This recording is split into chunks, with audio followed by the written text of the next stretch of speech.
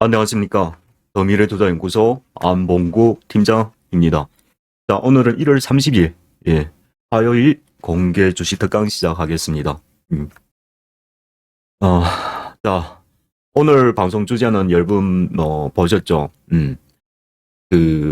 어제 정부가 발표한 것인데요.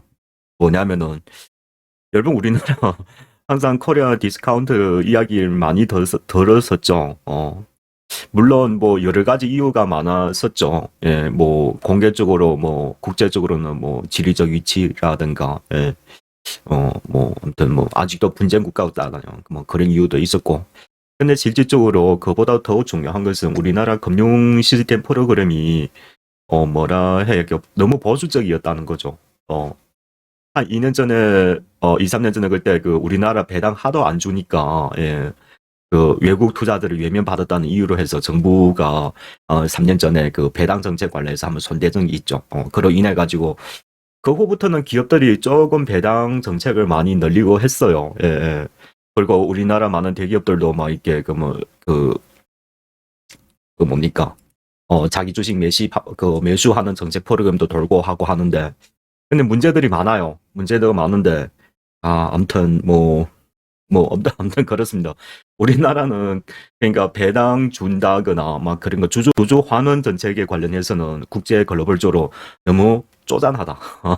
쪼잔하다. 그러니까 보수적이라는 뜻이죠. 그러다 보니까 저 외국 사람 입장에서는 기업의 성장 가치도 좋지만은 대부분 그 뭐 이렇게 굵직한 뭐 헤지 펀드나 뭐 국가 펀드 같은 경우는 중장기 투자하기 때문에 배당을 얼마 주는가에 따라서 그 기업의 선호도가, 예, 그 이제 자금의 융통성이라든가 그것이 이제 국제적으로 평가받는다는 거죠. 우리나라는 글로벌로 보면 제일 꼴찌예요. 제일 꼴찌예요. 외국 산 투자자에서 너무 배당을 안 주다 보니까, 예, 이제 그런 일들이 발생하는 거죠. 자, 이번에 그 뭐냐면은 저 이틀에 여러분 뭐 테마주로 저 PBR 종목을 뭐 찾겠다는 뭐 이게 시장 움직임이 많았었죠. 많았었습니다. 그리고 오늘 공시된 거 보니까 그러니까 뭐가 있었냐면요.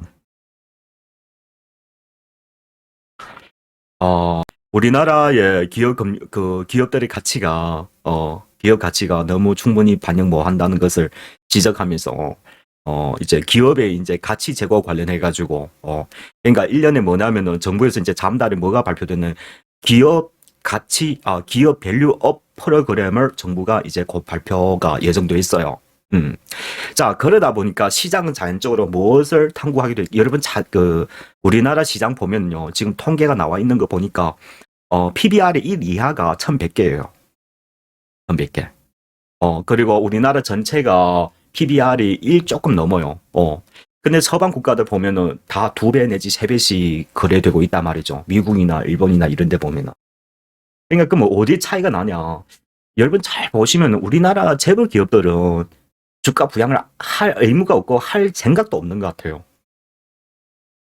많이 느끼셨나요? 느끼셨죠? 그랬을 거예요. 통상 대기업들 보면은 이제 뭐 지주회사라든가, 그 주당 순자산은 엄청 많아요. 막 50만, 60만 되는데, 근데 주가는 막 10만 원, 8만 원, 예. 그러니까 PBR이 0.23. 그래서 주가 순 자산 비율이 너무너무 낮다는 거예요. 그냥 지금 동안은 뭐 그냥 그래도 그런저런 이제 기업 지배에 관련해서는 아무 전혀 문제 없다 보니까, 그러니까 외국인이 뭐 사 들어오더라도 그러니까 배당을 이게 많이 줄 의향도 없고, 그러다 보니까 너무 거기에 대해서 언색했다는 거죠. 그러니까 앞으로는 우리 대한민국이 잘 되려면은 해외 투자자들이, 해외 자금들이 많이 융통이 돼야 되는 거예요.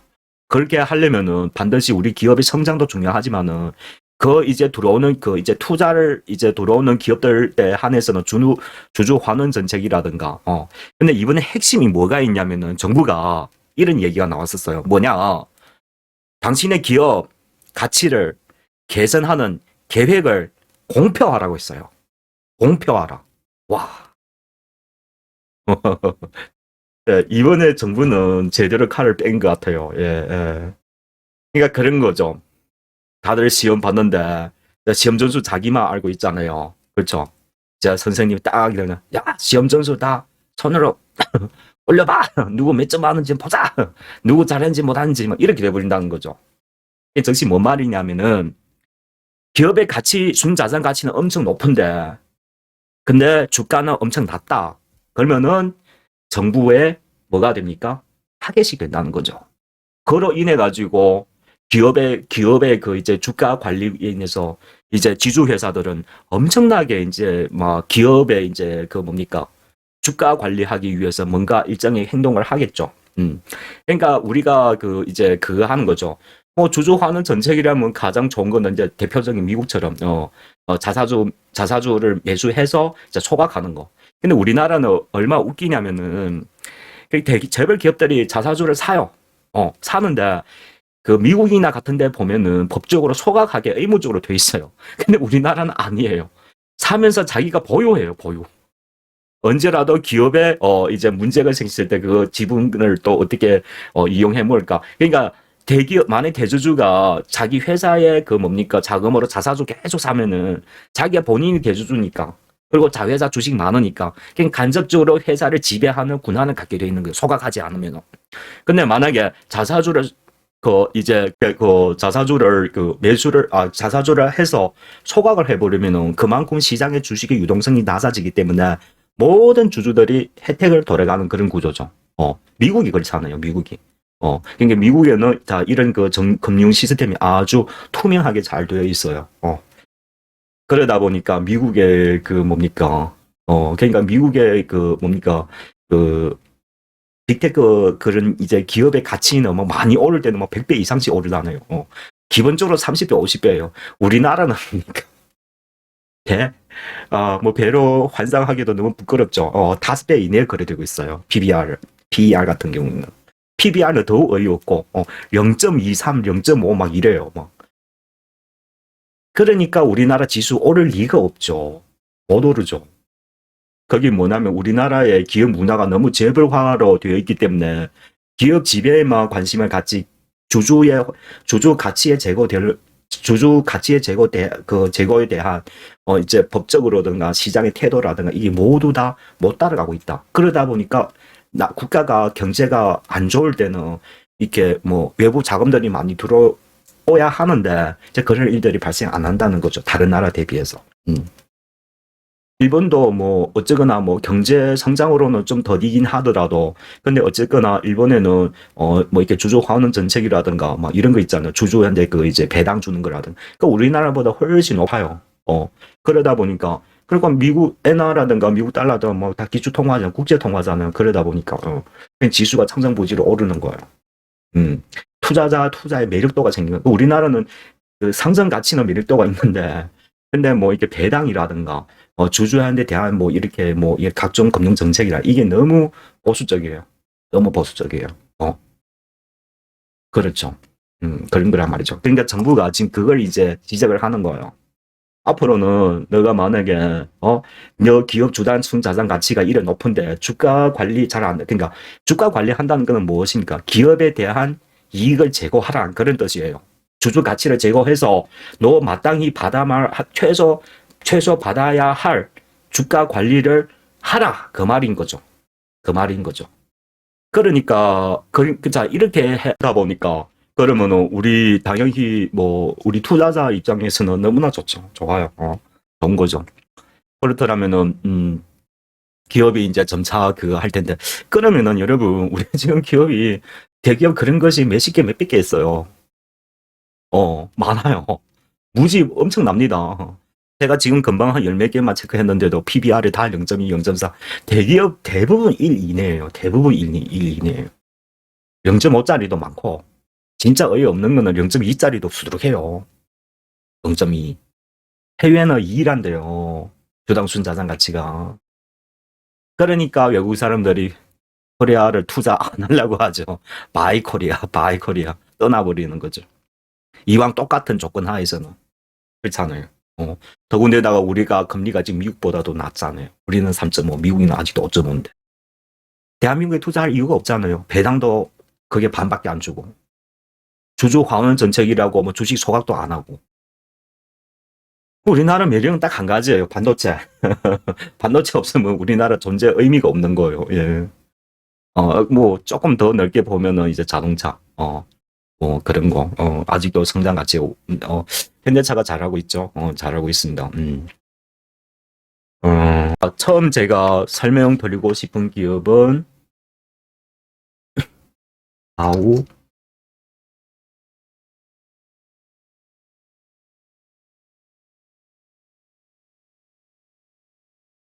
다우 데이터. 여러분 다우 데이터 얘기하면은 마음이 너무 아프죠.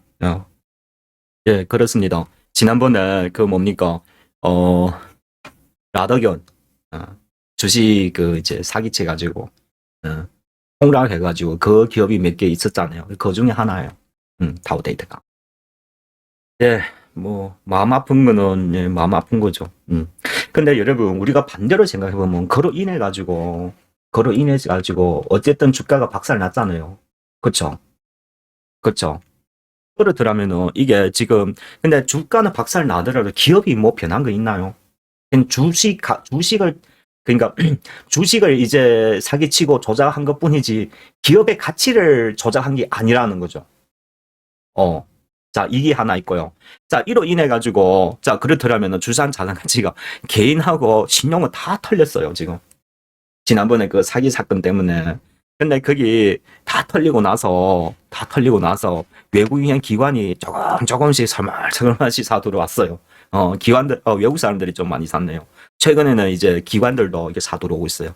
자, 그 두 번째는 뭐가 있냐면 다우 데이터가 그 무슨 사업을 하고 있어요? 다우 기술이 있잖아요. 제일 큰 그 자기 자회사. 다우 기술은 클라우딩 사업하고 있잖아요. 클라우딩 뭐예요? 그렇죠. AI잖아요. 그렇죠. 데이터 센터. 요즘에 전 세계적으로 데이터 센터 관련 산업들이 막 지금 진짜 열광이요, 열광. 예. 나중에 뭐 여러 가지 또 말씀드릴 텐데, 그러니까 결론은 뭐냐면은 이게 지금 AI 기술하고도 직접 연관성이 있기 때문에 기업의 가치 제고 부분에서 더 크다. 그리고 그 이제 그 자, 세 번째는 뭐냐? 그리고 야내 그 자회사 중에서 뭐 키운 전국이나 저축은행 이런 것들이 있어요. 금융업. 금융업 원천적으로 또 원래 또 배당이나 그런 거 또 많이 주잖아요. 그런 거 장점이 있고. 자, 이렇게 두루두루 보서는 그러니까 제가 보는 제일 좋은 장점이 뭐냐면 라더형이라는 거예요. 라더형 사건 때문에 기업의 주당 순 자산 가치를 박살 내버리잖아요. 그렇더라면은 우리가 지금 이 그 다우 데이터가 지금 실적이 어떤가 한번 보자 말이죠. 주당 순이익도 올해 성장했어, 지난해 대비해서. 지난해는 5,300원이고 올해 3분기간 3,540원 나왔어요. 그 주당 순 자산은 33,000원. 그 양의 연금이율이 올해는 오히려 과거보다 훨씬 많이 성장해서 11.5%. 그러니까 야네는 그 뭡니까? 그 부채는 굳이 관심 있게 안 보셔도 돼요. 증권사하고 저축은행들 있으니까 그게는 이제 그 보통 기업의 그 계산 방식이 많이 다르세요. 근데 그것을 이제 부채로 다 그 환산 안 하셔도 됩니다. 그래서 그 이자 보상 비율을 제가 봤는데 아무렇지도 않더라고요. 그거는 굳이 그리고 유동성을 좀 보자면 36%예요. 그러니까 기업의 가치 중에서 이런 거 이제 순자산 가치를 따질 때 유동성이 적으면 적을수록 탄력이 더 커지겠죠. 저한테 매력적으로 가장 다가오는 게 뭐냐면은 라더형 사건이라는 거죠. 그러니까 라더형이 이제 주식 사기를 쳐가지고 주식 가치 순자산 가치를 억수로 박살 내버려가지고 가격이 너무 매력이 있다는 거예요. 라더형 잘했다는 거 아니고 뭔 말인지 아시겠죠? 자, 그러다 보니까 그리고 그 후로 이 여러 가지로 합병해서 그러니까 자, 2월달 실적 발표하면 야네도 실적도 잘 나왔을 거예요. 어쩌면 앞으로 AI 기술하고 또 이렇게 연결시켜 가지고 성장할 가능성도 충분히 있죠. 다우 기술의 자회사를 갖고 있기 때문에. 다우 기술 연 매출이 얼마입니까? 엄청납니다. 빅데이터. 그러니까 뭐 이게 뭐냐면은 이제 기업에서 이제 뭡니까? 기업 밸류업을 이제 정부에서 프로그램을 가동한다든가 여러 가지로 하면은 동시에 AI하고 또 연관되어 있고 그러다 보니까 너무나 매력적이다. 매력적이다. 33,000원이니까 지금 PBR이 한 0.4쯤 되죠. 그렇죠? 그냥 PBR도 아주 싸다. 제가 보기에는 지금 이제 막 시작이잖아요. 그 15,000원 아래에서 금액 작으신 회원들은 너무 크게 그 그림을 그려놨지 말고 2월달을 쭉 보면서 실적 발표할 때까지 어쩌면 AI하고도 또 연결될 수가 있으니까 2월 한 달만 좀 잘 관찰해서 투자하시면은 용돈 수익은 좀 괜찮게 나올 것 같아요. 한번 잘 보도록. 다우 데이터. 자, 싸게 살수면 싸게 살수록 좋은 거예요. 음봉 누를 때 그냥 조금씩 눌려 들어오면은 그냥 삭삭 사세요. 사두고 그 다음에 기다리세요. 빨간 불 막 치고 올라갈 때 사지 말고 하나라도 싸게 살 때가 좋다. 이게 오늘 공표가 됐으니까, 어제 공표가 됐으니까, 이제 2월 달에 이제 곧 이제 발표할 거 아닙니까? 주식이란 것은 항상 발표하기 전에 훨씬 이전이잖아요. 그럼 그 기대가 생기기 때문에 그 발표 훨씬 이전부터 주가가 잘 오르요. 그러니까 주가 상승 흐름에 대한 가치는 발표 훨씬 이전이 훨씬 높다는 뜻이에요. 뭔 말인지 알죠? 거기 현실에 다가오면은 주가 매력이 점점 떨어지는 겁니다. 이게 뭐하고 같냐면은 우리가 비트코인의 ETF 있잖아요. ETF 그 현물 상품이 이제 출시한다고 기대할 때 그때 막 3천에서 4천 뭐 그 달러 3만 달러에서 3만 달러 4만 달러 쭉 올라갔잖아요. 발표하고 나니까 쭉 떨어지잖아요. 이제 시세 차익을 먹는 거죠. 그러니까 전업적으로 하시는 분들은 이런 거는 뭐 이제는 뭐 하도 많이 하다 보니까 근데 소소한 개인 투자들은 잘 모르시는 분들 많으시니까. 그러니까 뭔 말이냐, 미리 좀 사두고 기다리라. 기대 때문에 가고 오를 때 그게 현실에 다가오면은, 발표가 다가오면은 막 한번 뭐 점핑 해버리면 아 감사합니다 팔고 딱 나와버려야 되는 거예요. 아셨죠? 그렇게 하시면 됩니다. 자, 두 번째는 세방.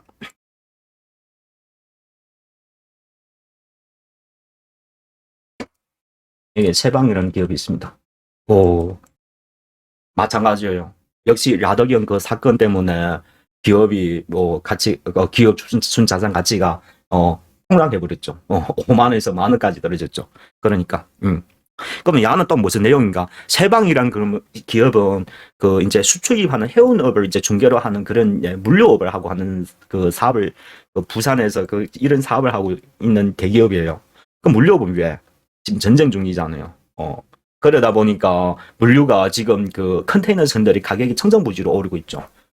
그러니까 이런 물류 사업은 이제 그 전쟁으로 인해 가지고 앞으로 계속 사업이 잘 될 수 있는 환경 조건을 마련했다. 그리고 이제 홍해가 아니라 점점 빙빙 돌아가면 해운비가 더 많이 받게 돼 있잖아요. 그러다 보니까 이게 전쟁 테마, 이게 전쟁이 해운 주도는 테마가 아니라, 제가 테마라는 것보다도 저도 요즘에 KS에서 해운을 계속 밀고 있잖아요. 테마라긴 좀 그래요.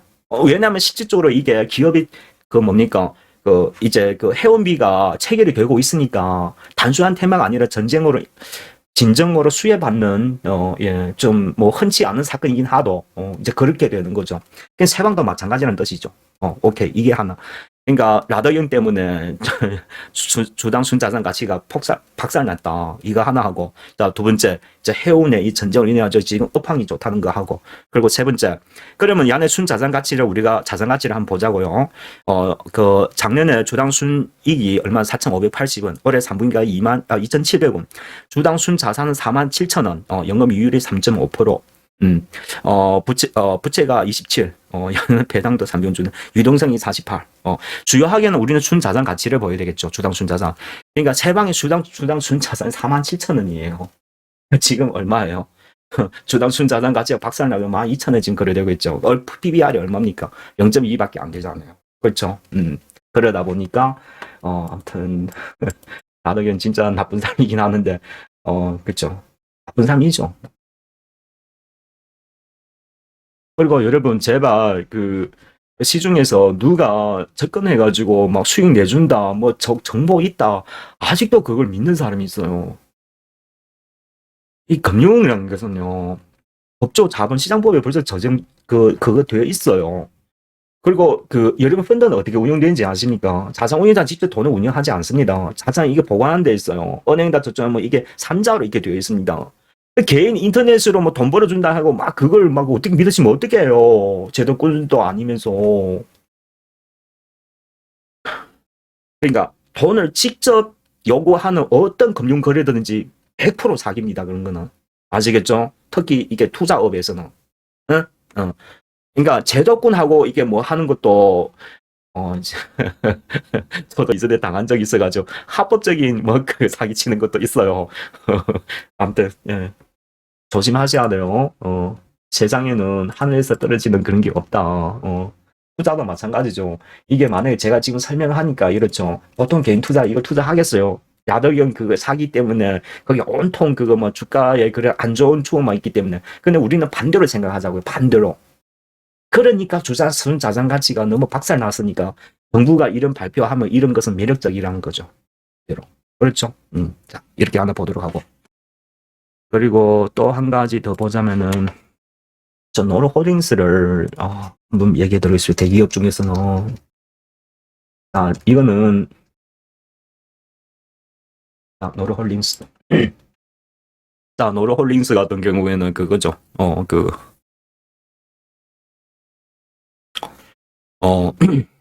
페인트 사업, 그렇죠. 인테리어 연관돼 있고 막 그러다 보니 뭐 기업적으로 뭐 크게 뭐 한다는 것은 아니에요. 근데 어쨌든 야네 그 페인트도 꼭 인테리어만 하는 거 아니에요. 근처로 그뭐 산업 현장도 많이 씁니다. 기계 보양한다든가 막 그런 쪽으로 비중은 크지는 않지만은 그 체크했는데 제가 체크를 못했군요. 이게 그 야네가 근데 그 사업을 아주 잘하고 있어요. 주당 순자산 가치가 주당 순자산이 작년에는 1,850원, 올해 3분기까지가 1,550원이고 주당 순자산이 31,000원이에요. 근데 지금 주가가 11,700원, 12,000원 쳐들어도 지금 대충 계산하면 한 0.3쯤 되네요. 0.34.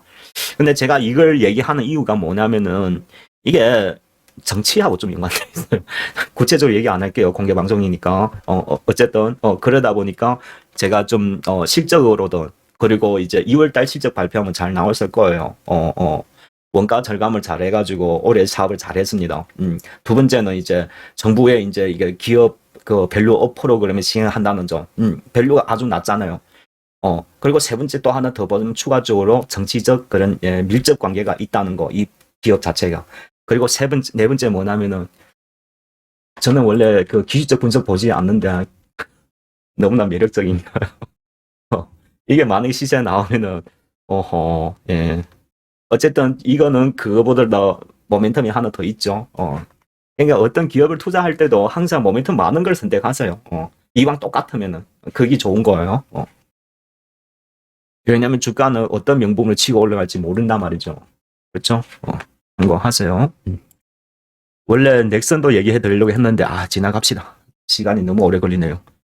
근데 그 마지막으로 또 하나 더 말씀드리고 싶은 건 뭐냐면 우리나라 중에서 이게 기업의 순자산 가치가 너무 시장에 너무나 무관심하는 업종이 하나 있어요. 그게 어디냐면은 보험업이에요. 보험은 전체가 다 그래요. 전혀 주가에 하나도 신경 안 쓰는 업종이에요. 그러니까 주당 순자산 가치도 너무 저평가돼. 그러니까 만약에 제일 먼저 손댄다면 보험업이 될 가능성이 높아요. 그냥 사례를 하나 들어봅시다. 자, 여기 제가 하나 보여드릴게요. 그러니까 모든 재벌 그룹도 포함을 한다 하더라도 아무튼 보험사들은 뭐 진짜 신경 안 써요. 동양생명 차트로도 이쁘죠. 예. 자, 이런 겁니다. 동양생명은 이제 보면은 작년에가 올해는 또 사업을 잘했네요. 작년에 2020년 코로나 할 때가 그때가 보험사들이 생명사가 좀 잘 안 좋았어요. 다 코로나 때문에. 근데 그게 다시 또 시장이 회복되니까 기업 실적이 또 엄청 좋아진 거예요. 자, 그러니까 어쨌든 먼저 그러니까 뭐냐면은 일단 우리 그 기업의 그 이제 가치를 보자면은 작년에는 원래 원천적으로 코로나 때문에 안 좋았기 때문에 주당 순이익이 낮은 거요. 460원이고 올해가 1270원 나왔어요. 3분기까지. 작년에 420원이 코로나 때문에 그게 안 좋은 거고. 그리고 연애가 주당 순자산이 2만 원이요. 2만 원. 그렇습니다. 그러니까 지금 주가는 얼마예요? 4,850 우리 5,000원 치고 그러면 PBR이 없는 건 0.25밖에 안 돼요. 그러니까 이게 보험업이 다 이래요. 다 이래. 제가 나란히 보니까 다 이래요. 더 어이없는 건 어디냐면은 흥국화재. 흥국화재. 흥국화재 주당 순자산은 22,000원인데 주가가 3,300원에 거래되고 있어요. 너무나 신경 안 써죠. 그렇게 된 거죠. 그래서 어쨌든 그러니까 근데 동양생명 같은 경우에는 외국인 지분이 82%예요. 유동성이 아주 작아요. 그러니까 이게 더 매력적으로 느껴왔고 그리고 그 이제 배당을 좀 많이 줘요. 외국인 지분이 많다 보니까 배당 성향이 35%예요. 작년에는 코로나 때문에 사업이 안 좋아서 배당을 안 주었었고 2021년도에서는 배당을 줬어요. 620원. 그러니까 620원을 준다고 올해는 배당 줄 거예요. 제가 보기에는 620원, 600원 더 이상 줄 것 같은데 야는 배당 성향 과거 보면은 다 30에서 35%였어요. 배당 성향. 그럼 올해 대충 뭐 우리가 뭐 한 1,500원 나온다고 계산했을 때도 배당 성향이 35%면은 역시 500원 내지 600원 나오네요. 그러면은 지금 주가가 얼마예요? 5,000원 이상은. 그럼 얼마예요? 10배가 넘어버렸죠. 10배란다. 10% 이상 돼버린 거죠. 근데 어쨌든 이런 상황이에요. 보험업이 제일 뭡니까? 정부에서 제일 먼저 손 써야 되는 거예요. 그리고 앞으로가 또 무슨 문제가 또 어떤 일이 있냐면은 보험사 같은 경우에 원천적으로 채권에 많이 투자해요. 채권에. 그러니까 앞으로 가면은 이제 물가가 계속 떨어지면은 이제 채권 이제 금리가 또 이게 하향 조정 받을 거잖아요. 그럼 그때 가서는 이게 보험사들 채권 평가 이익이 또 늘어난다고요. 그러다 보니까 어쨌든 앞으로 재무 준자산 가치 부분에서는 그러니까 보험사들은 금리가 떨어져야 기업 가치 제고에 유리한 거예요. 뭔 말인지 아시겠죠? 그로 인해 그런 일들이 앞으로 이제 가치 제고에 또 어느 한 영향이 줄 수 있고, 그러니까. 자, 그래서 지금 1, 2, 3, 4, 네 가지 모멘텀을 말씀드렸어요. 자, 이 중에 여러분들이 입맛에 맞는 걸 잘 선택하셔가지고 투자하시면 되겠습니다. 9시 10분이네요. 목마르다요. 이 중에 딱 하나만 선택해서 하시기를 바래요. 예? 저는 이게 보다가 제일 재미있는 게 그거였어요. 라동형 사건 때문에. 그 기업의 성장한 기업을 다 이렇게 주당순 자산 가치를 박살내버렸잖아요. 이게 뭐 눈치 빠른 사람은 일찍 투자하실 거고, 만약에 기다리다가 뭐 빨간 불 축축 치고 갈 때 투자하면은 뭐 이런 거는 어차피 그러니까 여러분 투자하셔도 손실날 리스크도 거의 없어요. 아주 작습니다. 그러니까 투자가 이런 거예요, 여러분. 저희는 손실 잘 안 하는 이유가 항상 손실 리스크를 가장 비중을 크게 둬요, 저는. 그러면서도 시장의 상승 가치를 추궁할 수 있는 이런 기회를 찾는 거죠.